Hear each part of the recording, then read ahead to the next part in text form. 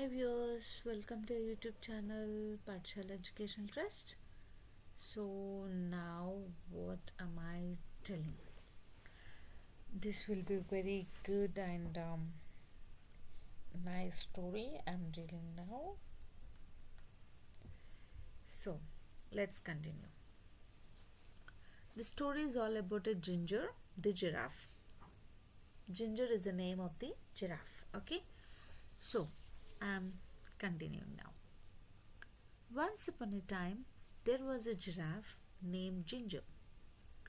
Ginger lived in Kenya, a country in Africa. Like all giraffes, Ginger had a long neck and long legs.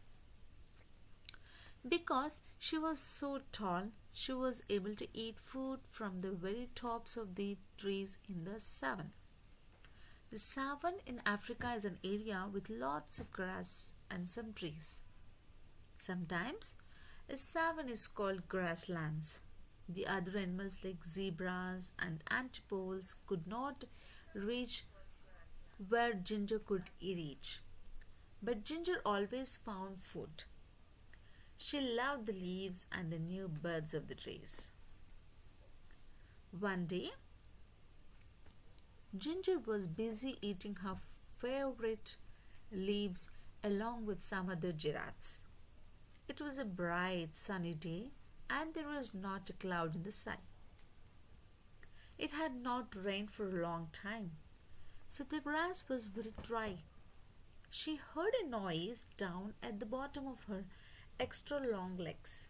It was her friend, Mikey, the monkey. Mikey was trying to say something, but Ginger could not understand what he was saying. He looked very tired. "What's wrong?" asked Ginger. Ginger was very kind giraffe and wanted to help everyone.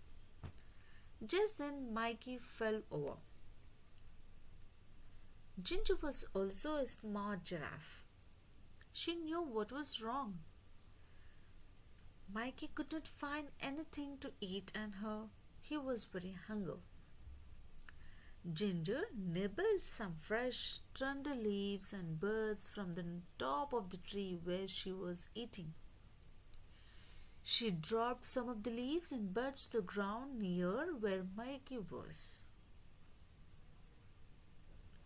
Then she snugged him a little with the roof at the bottom of one of her very long legs. "Wake up, Mikey," said Ginger. "I have found something for you to eat." Slowly, Mickey sat up and ate a little. After a while, when Mickey was feeling better, Ginger asked him, "What's happened, Mickey? Why are you so hungry?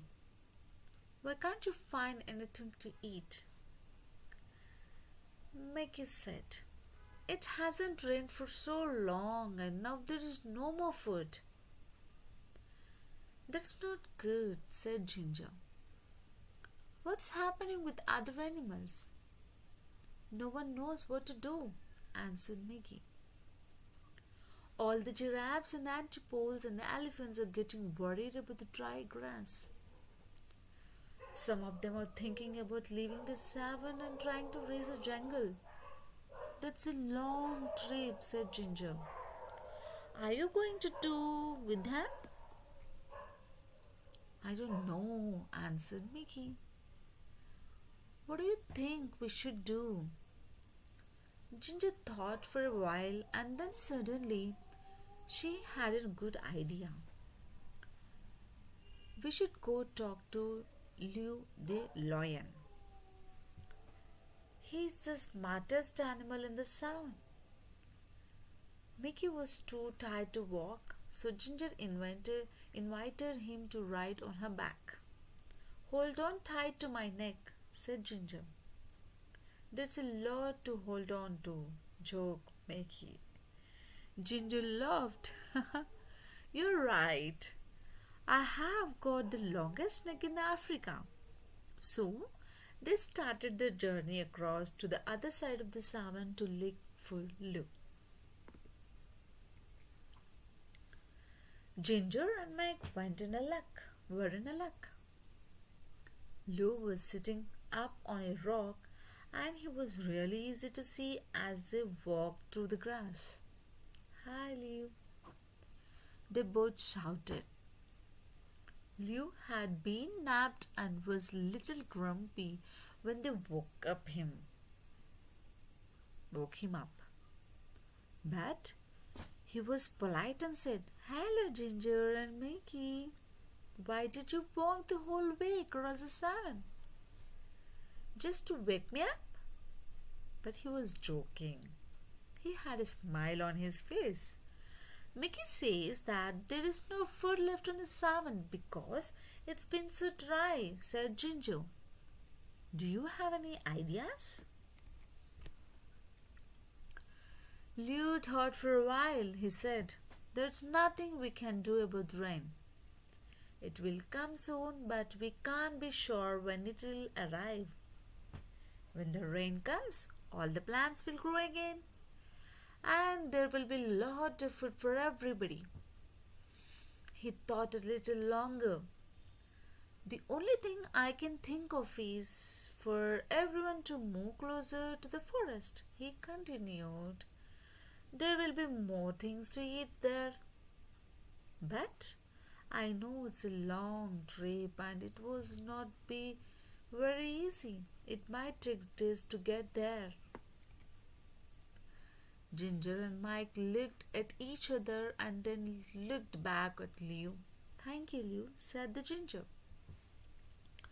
"It's probably best if they all try to get closer to the jungle." They said goodbye and then walked back across the savannah. Now they needed to gather all of the animals together to start the long journey. Ginger did not need to go along because he had plenty of food in her higher trees. But she was a good friend and wanted to help as much as she could. They walked towards her favorite trees, and guess what she and Mikey saw? All of the animals were already gathered there and waiting for Ginger and Mike. Why are you all here?" asked Ginger. "Edie and the eagle told us that you're taking us to the edge of the jungle," said one of the zebras. "How did he know?" asked Maggie. "He heard you talking with Leo," said one of the antelopes. "So you all decided to try to walk together to the jungle?" asked Ginger. "Yes," they all answered. "If you will help us to get there," added one of the elephants. "Of course, I will help," said the Ginger. "I'm your friend." So they started on their big journey across the savannah to the jungle. The sun was so hot and there was no food and no place to get a drink of water. And then they heard it. It was thunder, thunder. They all shouted. Thunder was very scary to the animals of the savannah. Can you guess why? Fire. Sometimes the lightning hits the dry grass, and the whole savannah catches a fire. Then everyone has to run. And that is exactly what happened. Fire, they shouted. They could smell it. And now they could see it. The fire was coming towards them. Ginger had to think fast because she was so tall she could see farther than any of the other animals. She stretched her long neck up as far as she could. Now she could see a place where there was no fire. "Quick," she said. "Everyone run this way." All of the animals followed her and ran as fast as they could. Soon they were out of danger.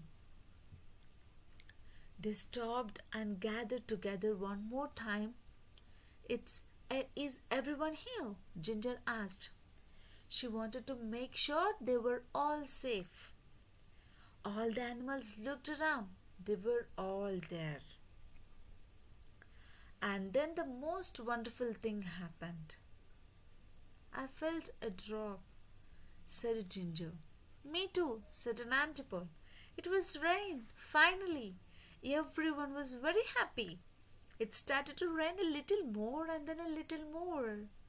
The rain put out the fire so they didn't have to run, and the rain filled their watering holes and made the plants grow again. So they did not have to make the long trip to the edge of the jungle. Everyone would so have enough food and water. So Ginger, the giraffe, went back to her favorite tree and continued to munch on the leaves and buds. This is all about the story. This is all about the Ginger the giraffe story. I hope it went well, right? Reading a story makes very good, I feel very happy. I hope listening also made you happy.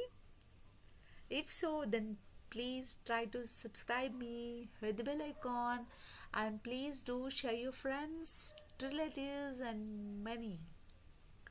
Thank you so much for watching. Catch you soon.